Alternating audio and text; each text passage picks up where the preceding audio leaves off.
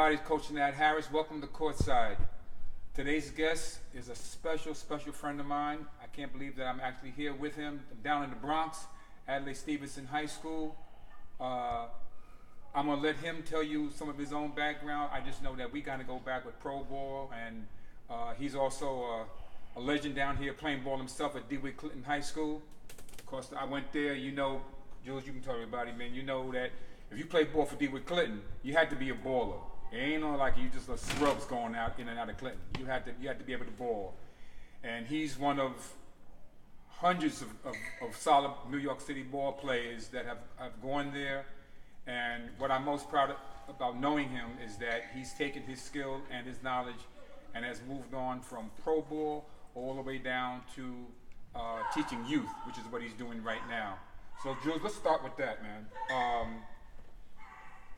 Give the audience here a little background about yourself from Clinton up to where you are right now. Well, I originally played Each One Teach One down with Bob McCullough, Each One Teach One as a kid. Moved to the Bronx and started playing for Reverend Timothy Burkett for an organization called Trio Crusaders. Wow. And I actually attended here at Stevenson High School first, played here, transferred to DeWitt Clinton. Oh, I didn't know. Okay. And then See how you learned something? That is where I finished playing my high school career at. We lost in the quarterfinals to Canarsie High School, who was actually the #1 team in the country that year. Okay. Then I went on to play junior college basketball, and then went to Oregon State and Southern Nazarene University, where I won a national championship playing. I played overseas, and I came back in the neighborhood, started my coaching career at Kibbs Bay Boys Club. And from the Boys Club, I went from there to Columbus Boys Club, and I got a lot of those kids, started getting them going to college, and appreciate the work I was doing. And so I saw the college coaching opportunities, and I went on to start coaching college basketball. I went into Westchester Community College with my first job working with a Hall of Famer, Ralph Arrieta. Oh, yeah. And with Ralph Arrieta, I went from there back out to Oklahoma and started working in this Continental Basketball League, which was kind of the D-League at the time. Right. I worked under Henry Bibby, who's a New York Knicks, Philadelphia 76, got a long career of playing and coaching. And from there, I went to the USBL where me and you worked. Oh, yeah. In the USBL. Good times, good times, folks. Had a pretty good career there. We ended up winning and stuff and lost in the championship game. That's right. To John Lucas. John Lucas, I never get. Yeah, he wasn't too happy that game was close. Yeah, we had good run. He wasn't a happy man. Absolutely. We had a good run there, and then went on to back into college after that. Yeah. So, and I've worked at 8 different Division I colleges. I've done Division II at CW Post, and so back in high school, I coached the girls here at Stevenson High School last year. Wow. I'm interested in doing the boys this year, and so we run a program named after a friend of mine. It's called Keith Lewis. Keith Lewis Teach Our Youth program. Okay, cool. He always talked about running this program, running Teach Our Youth, and starting a program, an organization. And so Keith passed away, and he was such a good friend of mine that I started the program after he passed. We've been doing the program pretty much about 10 years now. Good stuff. And we've helped a lot of kids get into college, and we helped them get into high school situations. And a lot of these kids are kids who actually might not be playing with somebody else. We've kept them off the street. We've done a lot of, we do counseling and job readiness, and we talk to them about life skills. It's not just a basketball program. We are looking to move our program into other sports in the future. I mean, basketball is our way of getting kids now, but sooner or later we will use other sports to bring our kids in. We will start doing other things as well.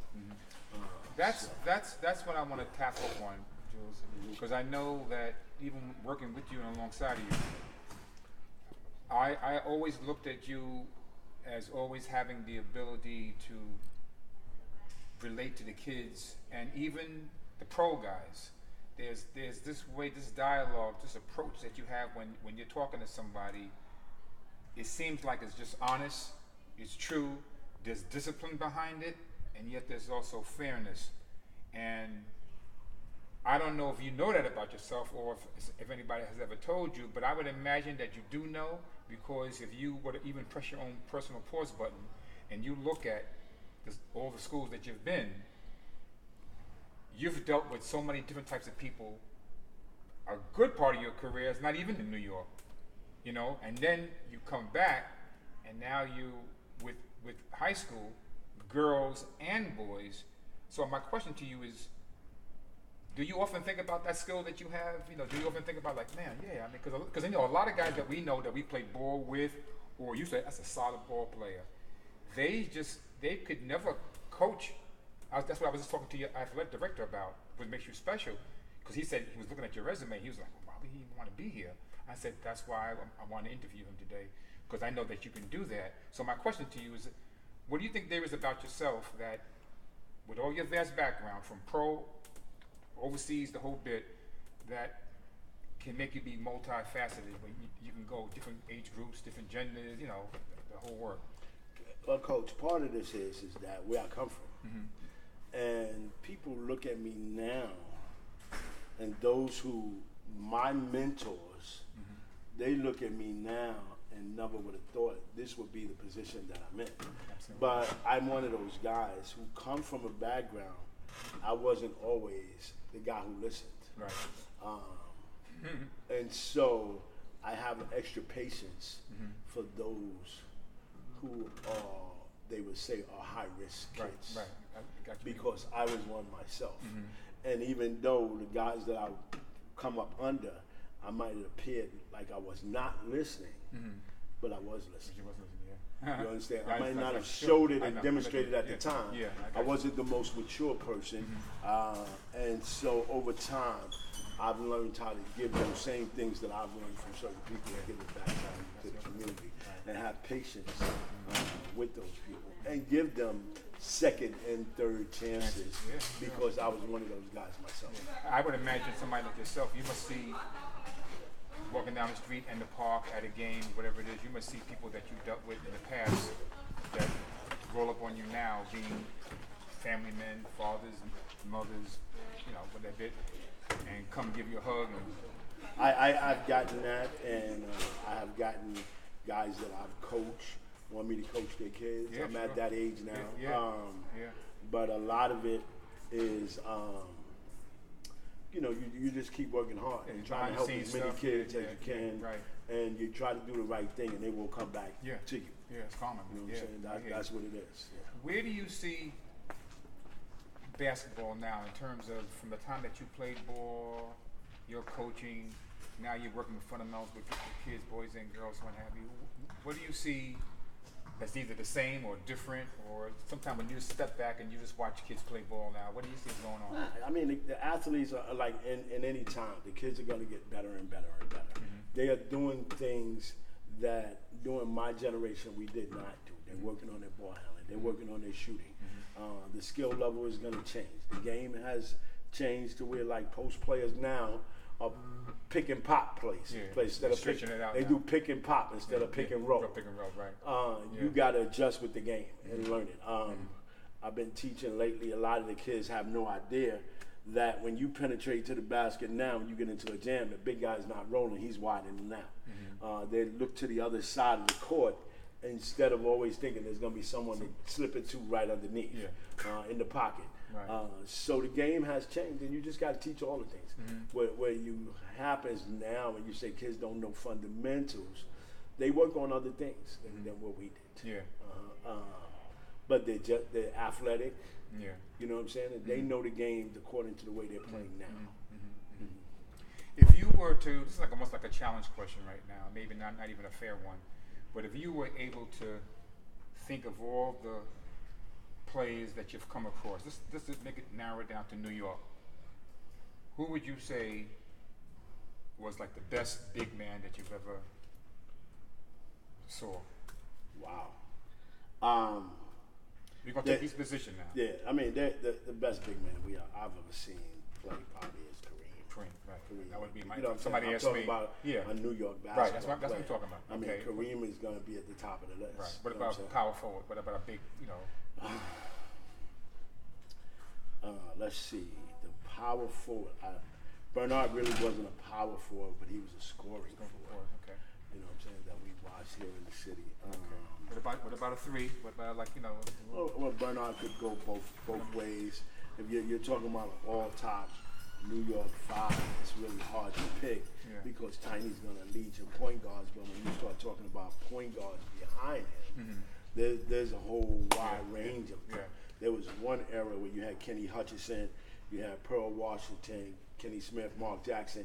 That generation of point guards was unbelievable. Yeah. My boy Kenny Anderson is down in Florida Absolutely, now. yeah. So that generation of watching those guys play, you got out in the park and seen some of those games was unbelievable. Yeah, sure. You know, we standing in Stevenson High School at Pickney, 12 something years in the NBA. Right. You know, Raj played 18 years. Yeah. I remember taking my son to school, and we come from the gym, and when I pick him up from school, he has Andre Barrett with him. Oh, wow. They are in the 6th grade. Right. So we stopped by the gym, and Rod Strickland's in there working out. They're in the 6th grade. Wow. And Rod might have gave them the shirt and the shorts he had on, so they left happy and stuff. Yeah. So to go speed it up, Andre Barrett's graduating from Seton Hall. Yeah. And I turned on the TV one day. Him and Rod Strickland are sitting next to each other on the bench. Wow. And so you are talking, Andre played 6 more years of high school, 4 years of college. And now he's sitting next to Rod, and Rod had already played. Right. You know what I'm saying? Numerous years, because now he's at Portland. Yeah, right. So you figure how his career went, how many years he put in the league. Yeah. So you're talking about the amount of point guards. Used to have fun with him and his brothers down in West Forth, man. Yeah, so you think about the years, numbers of point guards coming out of this sound here. This was the city of guards at the time. Besides me, who's the best shooting guard you've ever seen? Well, you know what I'm saying? You got Chris Mullin because really shoot that basketball. I remember You know we played against him when I was with Ted Jones for a while. I always tell that story. And Chris was feeling no pain. He was feeling no pain when he was playing. I still do. I do a drill called a Chris Mullin drill. He killed us. Yeah. He just literally. Yeah. I watched him in clinics and camps, and there's a drill he do. Chris Mullin drill. I call it the Chris Mullin drill. And so years later, I'm in University of South Florida, and the coach is doing some drills, and it's the Chris Mullin drill, but just cut down. And he called it the Warrior drill. Yeah, I love it. So that was Chris Mullin drill in the same breathtaking experience. You just saying that, I just had a flashback. This man here reminds me of, it's almost like, I'll say it, it's like the genius in you. We would be coming back from a game or going to a game, and you would be sitting in the front seat where the coach would sit at, and you would be spending the whole. I would know to leave you alone, because I'd be kind of doing my own thing too, and you'd be like doing plays. You got your graph, and then you would turn to me and go, "So what do you think, man?" And I'd look at it, and I'd be trying to understand, like, okay, he got the dribble, he got the wiggly line, he got the pass. Okay, you'd be surprised how many coaches I've seen guys get embarrassed where the coach would hand them something and they didn't know the difference between the wiggly line and the dotted line, or the line with the shield and the screen. And as a matter of fact, Pat Kennedy, I saw him go off on one of the guys at staff when he was up at Pace. Of course, one of the guys didn't understand what the was. Let me close with this. Where do you see yourself doing anything? Do you have some unfinished things that you want to do, or are you just free floating right now, enjoying it? Do you have any personal goals for yourself? I mean, I'm enjoying life, and I might get back into college, and I would love to be an NBA scout. Yeah. And do some of that stuff, and those are my goals. I still would love to work in that league, but if not, I can get on the college staff. Work with somebody and get back to the NCAA. But I enjoy life as I'm doing it. I enjoy coaching the girls. We went to the playoffs and lost in the second round. I had I had some very good girls. Yeah. And when I say good, I don't mean basketball players. I just mean good personalities good and people. people you don't mind being around. Yeah. And sometimes when you're coaching this game, you want to be around some kids and players that you don't mind being around. Well, see, I would imagine somebody like you. I know I've always found myself like that too. When you're working with youth and when you're working with girls also, especially girls maybe, because if a girl's a good athlete and she's now like 9th, 10th grade, most of the coaches that she's had, unfortunately, might have been like maybe her father or somebody that didn't have a rich basketball background. So she's been thriving on her athleticism. Here's somebody like you come around, and now you're like explaining whys, the economy of motion, blah blah blah, and they don't play above the rim; they play on the floor, and so.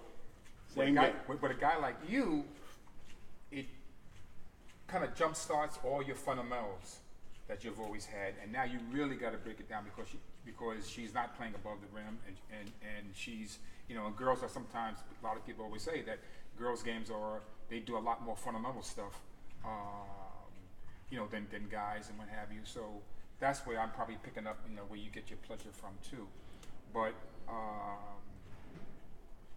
Yes. But, you asked one of the things is one of the things we're trying to do is bring basketball back to the Bronx.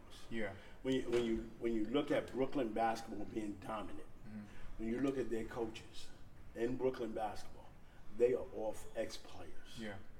And you look at all of those guys that are winning championships in Brooklyn, they have played at the highest level. They've all played Division I basketball, and so that is one reason why Brooklyn has been dominant. And Queens is getting that as well. Yeah. And we're trying to get that back into the Bronx. That's And a lot of the skills, teaching, and stuff that we do, we have been expanding it. And our next project would teach our youth is to start doing coaching clinics, Cool. so that we can share knowledge with each other, is to bring some of the basketball back to the Bronx and have something. Stevenson has had a rich tradition in basketball, and it just fell off for a few years. Yeah. But there's a lot of talent in this community. Yeah. It's just a matter of bringing kids back to this school. Right. But it's a shame when you talk about anybody can put on a shirt and say I'm coaching. Yeah. Oh, sure. Yeah. And then they think what they're doing is helping kids, and a lot of times they are helping kids and keeping them off the street. But then in another facet is you're blocking that kid from reaching his real goals that he has, to get a scholarship and those things. And then those same coaches, you find a lot of them, they're coaching a lot of these kids, and then they're running around criticizing officials and doing this. But you don't have to get, you don't have to take an exam to be a coach. But what you need to do is study from under somebody to learn. When I talk about who I've learned basketball from, I have several Hall of Famers that I've learned from. I worked for Ray Haskins at LIU. I've worked for Ron Everhard at McNeese and Northeastern. Both of those guys, he learned under legends in DC. He's a DeMatha guy and played at Virginia Tech. And sometimes you got to learn from under somebody in order to be a head coach, so that you know that you're doing the right thing. I worked for Tom Galeazzi, who's a Hall of Famer Division II guy. And so those are very important things to learn under somebody before you go out here. And you want to become a head coach. Everybody can't be an assistant coach. I know. And that's a big task. I've worked for guys that I've had much more experience than. But I know how to share my knowledge and when to give it to coach. That's another thing I wanted to say. You know what I'm saying? When to give it to him. But I've learned that from him. I learned under Steve Post when I first came home. Right. He was the head coach here, and they were dominating. The time that I spent with him was very important. And I learned certain things. And even when I went to work in the USBL, I had just come from the CBL, I was working for Steve Post, and Steve, it took him a while to understand that now you're coaching men, it's not boys. And there's a difference. I remember, sure. You know what I'm saying? And you got to know the level you're at, what to do. I've worked, in organizations with the Gauchos. I mean, you got to learn when to kick your kids to motivate them, and when they down, and when to pick them up. You know what I'm saying? They just took a big loss. They don't need you yelling and screaming at them. They need now for you to pick them up and tell them how to fix their mistakes. But the main thing is that we teach kids, and you know this as well as anybody, how to win the game. How to win the game, baby. The game of life is the most important thing. Ooh, boy. So, there you have it. I told you it was going to be a great one with Wally. I told you it was going to be a good time coming down here and seeing my man Jules. And we'll just say goodbye with that. You can catch us here on CoachNatHarris.com.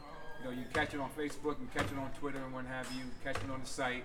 And you always remember, whenever you walk into the gym, you always got to know the best spot is right here at courtside, okay? Until next time.